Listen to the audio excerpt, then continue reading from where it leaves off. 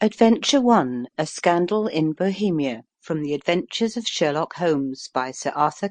To Sherlock Holmes she is always the woman. I have seldom heard him mention her under any other name. In his eyes she eclipses and predominates the whole of her sex.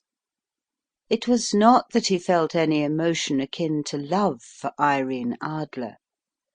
All emotions, and that one particularly, were abhorrent to his cold, precise, but admirably balanced mind.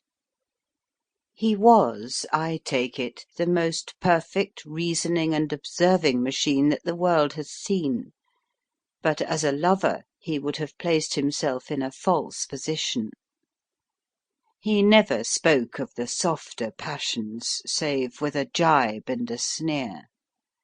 They were admirable things for the observer, excellent for drawing the veil from men's motives and actions, but for the trained reasoner to admit such intrusions into his own delicate and finely adjusted temperament was to introduce a distracting factor, which might throw a doubt upon all his mental results.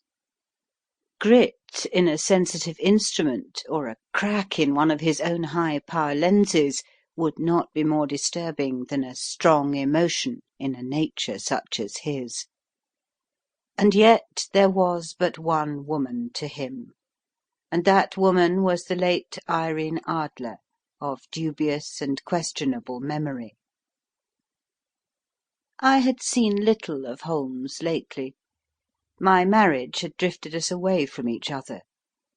My own complete happiness, and the home-centred interests which rise up around the man who first finds himself master of his own establishment, were sufficient to absorb all my attention, while Holmes, who loathed every form of society with his whole Bohemian soul, remained in our lodgings in Baker Street, buried among his old books, and alternating from week to week between cocaine and ambition, the drowsiness of the drug and the fierce energy of his own keen nature.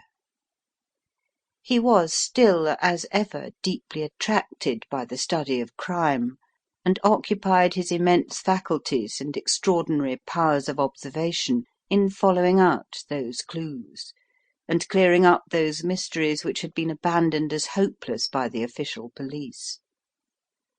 From time to time I heard some vague account of his doings, of his summons to Odessa in the case of the Trepoff murder, of his clearing... Sample complete. Ready to continue?